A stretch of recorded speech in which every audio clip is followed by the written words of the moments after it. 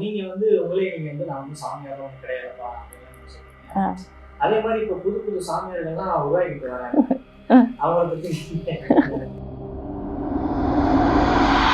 நான் உங்களில் ஒருத்தி, உங்களுக்காக சேவை செய்கிற ஒருத்தி அப்படின்னு சொல்லலாம்.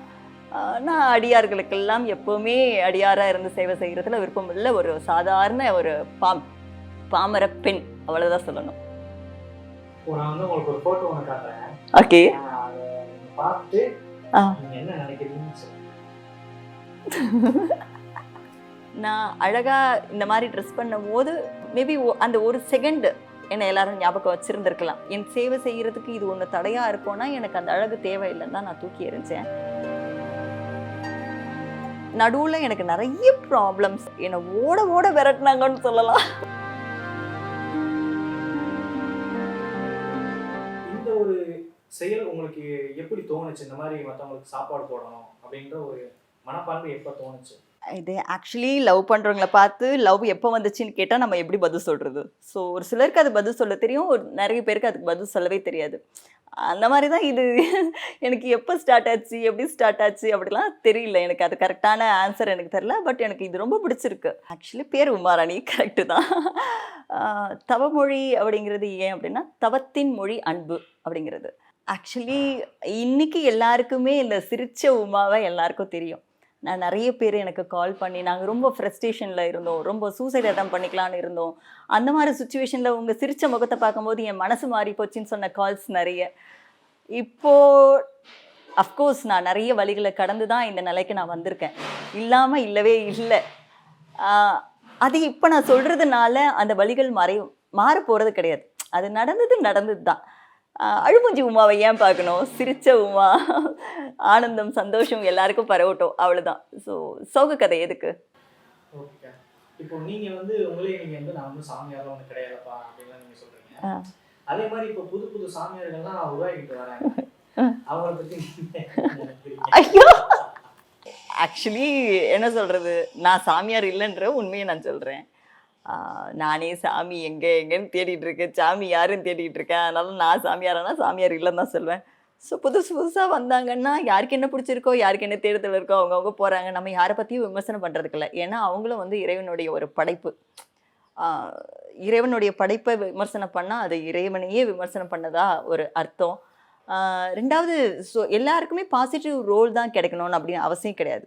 ஸோ சிலருக்கு நெகட்டிவ் ரோல் கொடுத்து அது மூலமாக ஏதாவது ஒரு பாசிட்டிவிட்டியை வந்து ஒரு விழிப்புணர்வை அந்த மாதிரியான ஒரு விஷயத்தை மக்களிடையே ஏற்படுத்துறதுக்காக கூட கடவுள் அந்த மாதிரி அனுப்பி வைக்கலாம். ஸோ கடவுளுடைய செயலை புரிஞ்சுக்கிற அளவுக்கு இந்த உலகத்தில் யாரும் புத்திசாலி இல்லை. கட்டாயம் நான் இல்லை, மற்றவங்க இருக்காங்களா இல்லையா எனக்கு தெரியாது. மெயினாக நான் சொல்ல வேண்டியது ஒன்று தான். ஆக்சுவலி நானே என்னுடைய தோற்றம், நான் ஏதோ ஒரு பர்சனலான ஒரு விஷயத்தில் என்னுடைய தோற்றத்தை நான் இப்படி மாற்றிக்கிட்டு இருந்தேன். பட் ஆனால் அது எப்படி போர்ட்ரேட் ஆச்சு, என்னோடய வீடியோஸை நான் பார்க்குறது இல்லை. அது எப்படி போர்ட்ரேட் ஆச்சு என்ன அப்படின்னு எனக்கு தெரியல. சமீபத்தியமாக வந்த கால்ஸ் எல்லாமே பார்த்திங்கன்னா ஒரு சாமி ஃபீலுக்கு நினச்சி பேச ஆரம்பித்தாங்க. எங்கேயோ தப்பு நடக்குது அப்படின்ட்டு அப்புறம் தான் யோசித்தேன். ஆக்சுவலி நான் சாமியார் கிடையாது. எது பண்ண வைக்குது அப்படின்னா, சில நடுவில் எனக்கு நிறைய ப்ராப்ளம்ஸ், நிறைய ப்ராப்ளம்ஸ் சொல்கிறத விட நிறைய சேலஞ்சஸ் வந்தது. ஸோ என்னை ஓட ஓட விரட்டினாங்கன்னு சொல்லலாம். அது சொல்ல முடியல. அப்போ இன்சிடென்ட்ஸ் எப்படி வரும்னா, ரொம்ப பசிச்ச வயிறோட அந்த சாப்பாடு பல நாள் சாப்பிடாம இருந்து யாரோ ஒருத்தர் இந்த வீடியோவை பார்த்து யாருக்கோ வழிகாட்டி அப்படி வந்தவங்க அந்த செகண்ட் வந்து நிற்பாங்க. அப்படி பார்க்கும்போது சொல்கிறவன் 1000 சொல்லிட்டு போட்டோம், உயிர் போனால் என்ன போகுது, உயிர் தானே போகுது, போயிட்டு போட்டோமே, 6 சாவு 100 சாவு, அது 4 பேருக்கு தர்மம் பண்ணுறதுக்காக வந்தது, நான் சந்தோஷம்தான் அப்படின்னு ஏற்றுக்கிட்டு போயிட்டேன். ஸோ அதுதான். ஸோ நாட்டை காப்பாற்றுற இப்போது ஆர்மி மிலிட்ரி பர்சன்ஸ் இருக்காங்க. ஏன் இதை சொல்கிறேன்னா, ஆக்சுவலி நான் எப்போவுமே அதை தான் நான் நினைப்பேன். ஆர்மியில் இருக்கவங்க எல்லாம் இருக்காங்க, இராணுவ வீரர்கள் இருக்காங்கல்ல, என் உயிருக்கே பாதுகாப்பு இல்லை, நான் ஏன் இந்த வேலையை செய்யணும் அப்படின்னு அவங்க நினச்சாங்கன்னா, இன்றைக்கி நம்ம எல்லாம் நாட்டில் நிம்மதியாக உட்காந்து சேஃபாக ஜாலியாக இருக்க முடியாது. அந்த மாதிரி தான் என்னுடைய வேலை. நிறைய உயிர்களுக்கு சக்தி கொடுக்கறது, உணவு கொடுக்கறது, அந்த வேலையை நான் தொடர்ந்து செய்யணும் அப்படின்னு நான் மனம் தளரும் போதெல்லாம் நான் நினச்சிக்குவேன். உமாராணிக்கு கோவமே வராது. ஐயோ, தப்பான ஒப்பீனியன். நான் ரொம்ப ஜாலி டைப், ரொம்ப டிரான்ஸ்பரண்ட். என்கிட்ட என்ன கேட்டாலும் உண்மையை தான் சொல்லுவேன். ஸோ சுட்டு போட்டாலும் எனக்கு எதையும் மறைக்க தெரியாது. சில விஷயங்கள் நான் மறைக்கிறேன், பர்சனல்ஸ் மறைக்கிறேன் அப்படின்னா எல்லாத்தையும் எல்லாரும் மீடியாவில் வந்து சொல்ல முடியாது. என் தனிப்பட்ட வாழ்க்கையில் எனக்கு 1000 கஷ்டங்கள் இருக்கலாம், வலிகள் இருக்கலாம், வேதனைகள் இருக்கலாம். அதெல்லாம் நான் ஏன் மீடியாவில் வந்து சொல்லணும்? அது சொல்ல வேண்டிய அவசியமே கிடையாது. உங்களுக்கு தேவை நான் சர்வீஸ் பண்ணுறேன், அவ்வளோதான், அன்னதானம் போடுறேன், அவ்வளோதான் நீங்கள் பார்க்கணும். கோபம் வராதான்னா கட்டாயம் எனக்கு நல்லா கோபம் வரும். ஏன்னா இந்த வேலை எப்படிப்பட்ட வேலை அப்படின்னா, பல உயிர்கள் வந்து நம்பி பசியாறக்கூடிய இடம் இது.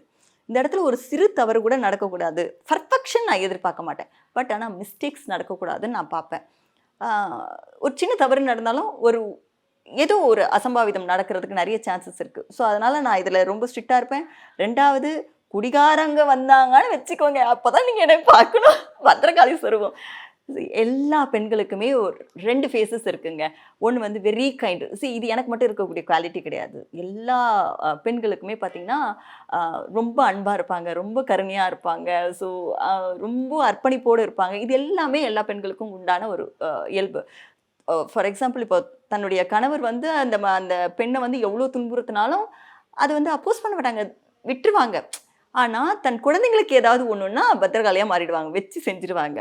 ஸோ அதே மாதிரி தான் நான் செய்யக்கூடிய தொண்டுக்கு ஏதாவது பிரச்சனை வந்தாலோ, நான் குழந்தையா நினைக்கிறேன், இங்கே வந்து சாப்பிடக்கூடிய மக்களுக்கு இடையூறு ஏதாவது வரும்ன்ற பட்சத்துலையோ நிச்சயமாக நான் அந்த அவதாரம் நான் கட்டாயம் எடுப்பேன். அவதாரம் இந்த சென்ஸ் நீங்கள் அது டிவைன் அப்படி பார்க்காதீங்க. எல்லா ஃபீமேலுக்குமே 2 வெர்ஷன் உண்டு. எனக்கும் உண்டு, கடவுளுக்கும் உண்டு. நான் வந்து உங்களுக்கு ஒரு ஃபோட்டோ ஒன்று காட்டுறேன். ஓகே, நீங்கள் பார்த்துட்டு நீங்கள் என்ன நினைக்கிறீங்கன்னு சொல்லுங்கள்.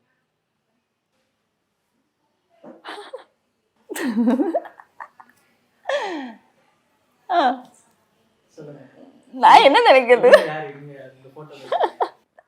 அன்னைக்கு இருந்த பர்சனே தான் இன்னைக்கும் இருக்காங்க. அன்னைக்கு ப்ரொஃபஷன் வேற, இன்னைக்கு ப்ரொஃபஷன் வேற. ஸோ அன்னைக்கு இருந்த சூழ்நிலை வேற, இன்னைக்கு இருக்கிற சூழ்நிலை வேற. ஸோ மற்றபடி கேரக்டரில் எந்த சேஞ்சஸும் வரல. ஓகேவா, ட்ரெஸ்ஸில் மேபி சேஞ்சஸ் வந்திருக்கு. இது என்னோடய இயல்பான குவாலிட்டி, அது சுட்டு போட்டாலும் மாற்ற முடியாது. ஸோ ட்ரெஸ் மட்டும்தான் சேஞ்சஸ், வேறு ஒன்றும் இல்லை. நான் அழகாக இந்த மாதிரி ட்ரெஸ் பண்ணும் போது மேபி அந்த ஒரு செகண்ட் என்னை எல்லாரும் ஞாபகம் வச்சுருந்துருக்கலாம். பட் இன்னைக்கு என்னுடைய செயல்கள் இன்னைக்கு உலகம் ஃபுல்லாக எல்லாருக்கும் மனசில் நிற்கும்படி செஞ்சுருக்கு. ஸோ இந்த உருவத்தை விட, இந்த ஃபோட்டோவை விட இப்போ இருக்கிற இதுதான் எனக்கு ரொம்ப பிடிச்சிருக்குன்னு நான் நினைக்கிறேன். மிஸ் பண்ணுறது அப்படின்றது ஒன்றும் இல்லை. இது நான் எனக்கே கொடுத்த பனிஷ்மெண்ட் அப்படின்லாம் எடுத்துக்காதீங்க. நான் சேவை பண்ணுறதுக்கு எல்லாம் ஒரு கிரிட்டிசைஸ் பண்ணுவாங்களே, ரொம்ப டெப்த்தாக நான் சொல்ல வேணான்னு பார்க்குறேன். ஒரு சுச்சுவேஷன் வரும்ல, என்னென்னலாம் விமர்சனம் பண்ணுறாங்க அப்படின்னு பார்ப்பேன்ல. ஸோ நான் பார்த்து என் சேவை செய்கிறதுக்கு இது ஒன்று தடையாக இருக்கும்னா எனக்கு அந்த அழகு தேவையில்லைன்னு தான் நான் தூக்கி எறிஞ்சேன். பட் அதே சமயத்தில் இன்றைக்கி பார்த்தா எனக்கு ஒரு சாமியார் மாதிரி போர்ட்ரேட் பண்ணுறதை பார்த்தா எனக்கு லைட்டாக பயமாக இருக்குது. நான் மறுபடியும் கலர் ட்ரெஸ்க்கு மாறி தான் ஆகணும் போல இருக்குது அப்படின்ற ஒரு சுச்சுவேஷனுக்கு இந்த பீப்புள் தள்ளுறாங்க. டேய், நான் எப்படி தான் இருக்கிறது? கலர் ட்ரெஸ் போட்டாலும் பிரச்சனைன்றீங்க, இப்போ மஞ்சள் கலர் ட்ரெஸ் போட்டாலும் பிரச்சனைன்றீங்க, நான் எப்படி தான் வாழறது? ஸோ நானாக இருக்க விரும்புகிறேன். என்னுடைய குணங்கள், என்னுடைய ட்ரெஸ்ஸு மாறலாம், ஆனால் நிச்சயமாக என்னுடைய குணம் மாறலை. ஸோ அது வரைக்கும் நான் கடவுளுக்கு நான் நன்றி சொல்கிறேன். அது ஒரு லைஃப். எனக்கு அந்த ப்ரொஃபஷனுக்கு அந்த ட்ரெஸ் தேவைப்பட்டது, அதனால அந்த ட்ரெஸ் வியர் பண்ணிக்கிட்டேன். இப்போ நான் செய்யக்கூடிய சேவைக்கு இது எனக்கு கம்ஃபர்டபுளாக இருக்குது, அவ்வளோதான். ட்ரெஸ்ஸை வச்சு என்ன ஒரு பீப்புளை ஜட்ஜ் பண்ணாதீங்க, நான் அவ்வளோதான் சொல்லுவேன். ஒரு ஃப்ரேம் க்ரியேட் பண்ணாதீங்க. சாப்பாட்டு மேலே குறை இல்லை. அந்த ஓனர் அம்மாவும் நல்லா வவுத்துக்கு குறை இல்லாத போடுறாங்க, ஒன்றும் தப்பு இல்லை. பசி நேரத்துக்கு இங்கே தான் நாங்கள் வந்து சாப்பிட்றோம். இது வரையும் எங்களெல்லாம் இன்னும் வரைக்கும் இன்னும் சொல்ல மாட்டாங்க, ஆனால் வேஸ்ட்டு பண்ணாதான் சாப்பிட சொல்லுவாங்க, அவ்வளோதான். நான் தமிழ்நாடு கவர்மெண்ட் எக்ஸாமில் நடந்துக்கிட்டு இருக்கேன். குரூப் 2 எக்ஸாமுக்கு இப்போ படிச்சுக்கிட்டு இருக்கேன். மெயின்ஸுக்கு ப்ரிலிம்ஸ் கிளியர் ஆகிருக்கு, மெயின்ஸ் எக்ஸாம் படிச்சுக்கிட்டு இருக்கேன். இப்போ நான் எங்கன்னா இங்கே சென்னையில் தங்கி படிச்சுக்கிட்டு இருக்கேன். எனக்கு நேட்டிவ் வந்து மதுரை. அப்போ நான் பக்கத்தில் வந்து நிறைய ஹோட்டலில் இந்த மாதிரி சாப்பிட்டுக்கிட்டு இருந்தேன். ஹோட்டலில் சாப்பிட்டு அசிடிட்டி வந்துருச்சு. அப்போ அசிடிட்டி வந்தப்போ என்ன சொன்னாங்கன்னா, இந்த மாதிரி ஒரு ட்ரஸ்ட் இருக்குது, அந்த ட்ரஸ்ட்டில் போய் சாப்பிட்றான்னு. நான் லைப்ரரியில் தான் படிப்பேன். அந்த லைப்ரரிக்கு இன்சார்ஜாக இருக்க சார் வந்து கன்வே பண்ணார், இந்த மாதிரி அங்கே ஒரு ட்ரஸ்ட் இருக்குடா, அங்கே போ, அது வீட்டு சாப்பாடு தான், அதில் எந்த கெமிக்கலும் ஆட் பண்ணுறதில்ல, நீட்டாக போ, நல்லா இருக்கும்டாங்க. அதே மாதிரி நான் நினச்சி வந்தேன், ஆனால் அதை காட்டிலும் பெஸ்ட்டாகவே தான் இருக்குது. நம்ம ஹோட்டலில் சாப்பிட்றத காட்டியும் பெஸ்ட்டாகவே தான் இருக்குது. ஹோட்டலில் கூட நம்ம 60 ரூபா கொடுத்து சாப்பிட்டாலும் லிமிட்டட் சாப்பாடு தான். ஆனால் நம்ம இங்கே வந்து சாப்பிட்டுக்கிட்டு இருக்கோம். அங்கே வந்து அன்லிமிட்டெட் சாப்பாடு, ஒரு முகம் சுளிக்காமல் கொள்ளாமல் எத்தனை தடவை கேட்டாலும் நல்லா கைண்ட்னஸாக இது பண்ணி பண்ணுறாங்க, ரொம்ப பெஸ்ட்டாக பண்ணுறாங்க. இந்த மாதிரி நான் எதிர்பார்த்தது இல்லை. ஆனால் ஹோட்டலில் கூட இந்த அளவுக்கு பண்ணுறது கிடையாது. ஒரு தடவை குழம்பு வாங்கிட்டு மறுபடியும் சார் என்ன குழம்புனா ஒரு தடவை தான், அதுக்கடுத்து உனக்கு கிடையாது அப்படின்றா சொல்கிறாங்க. ஆனால் இங்கே அப்படி கிடையாது. எத்தனை தடவைனாலும் பரவாயில்ல, ரிப்பீட் பண்ணி மறுபடியும் வாங்கிக்கலாம். ஆனால் வேஸ்ட் பண்ணக்கூடாது. ஒரு கண்டிஷன் வேஸ்ட் பண்ணக்கூடாது. அந்த கண்டிஷன் மட்டும்தான் சொல்லுவாங்களே தவிர மற்றபடி இல்லை.